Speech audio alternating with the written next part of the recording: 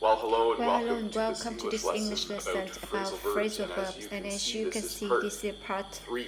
If you didn't watch the first two lessons, I recommend you take some time at some point to sit down and watch those as well.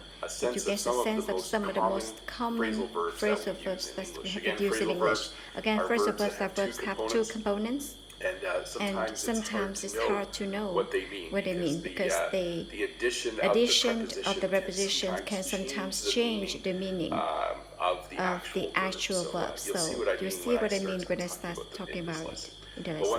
Once again, welcome to this lesson. Part 3, I think I probably do a part 4 that would round things out in have 4 lessons on what I think are 100 most common phrasal verbs in English. So once again, welcome to this English lesson about phrasal verbs. To split up. So when you split something up, you look at the candies on the table. Sometimes when I was a kid, my mom would buy a bag of candy, and then she would split up the candies. She would divide them into little piles. We have 5 of us, by the way. I have 2 brothers and 2 sisters.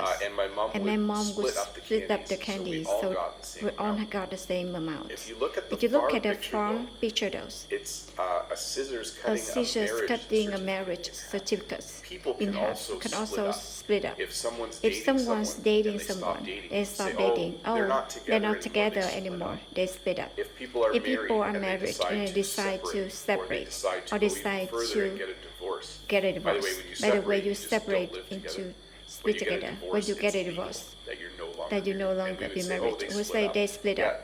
Jack and Frida. I haven't used the name Frida before. Yeah, Jack and Frida aren't together anymore. They split up a couple of weeks ago. So it means to end a relationship, more to divide things up, to get the same amount, to meaning. To act up. So a lot of machines in the world eventually don't work properly. The biggest example for me, the biggest example in my life is the photocopier as well. Sometimes it's act up. Like we have paper champs stop working for some reasons. Sometimes my cars will act up. So my vans, my vans will act up. The engines won't ride. A little shake. My blue vans right now a little shake.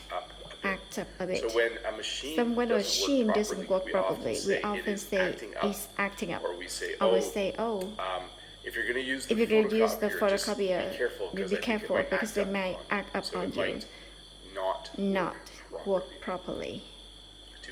To come across. So there's 2 versions. There's 2 versions of this, by the way. To come across and to come across as. I'll talk about first. The one if first. You're out for a hike, you might come across some garbage.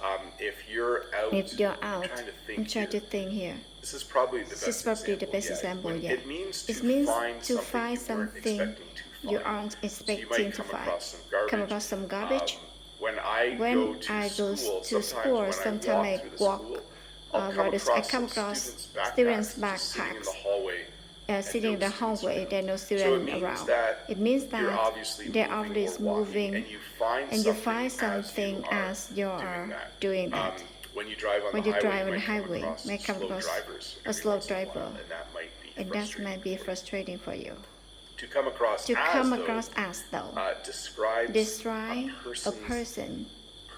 Personality is a little bit. This guy's come across as angry. I think I come across as nice. So that was kind of bold for me to say. It's a way to describe what you think of someone when you meet them and see them. Okay. Years ago, I had a boss come across as friendly. That's really nice to have a boss. He comes across as. I know that. Let's see. Jen comes across as someone who doesn't talk quickly. She's a very quiet person. She's come across as very thoughtful and considerate. So it's how you describe how someone is. how someone is, I guess. To run into, this To is a run very into, common it's one. very common when Sometimes sometimes I when go to grocery store, I run into a friend. A few weeks A few weeks ago, ago, I ran into my sister at the grocery store. I switched to the I past switched tense. to the past tense. This does not mean that I drove my car and hit my sister's car. It can mean that. But But generally, in English, if you run into someone, it means that you met them without expecting to meet them. Okay. I run into former students quite regularly because some of them live in the same town as my school. So So sometimes when I go to a hardware store or grocery store, I run into them. I will meet them by by chance a little bit. It's fun to run into people. It's fun to run into people that you haven't seen them for a while.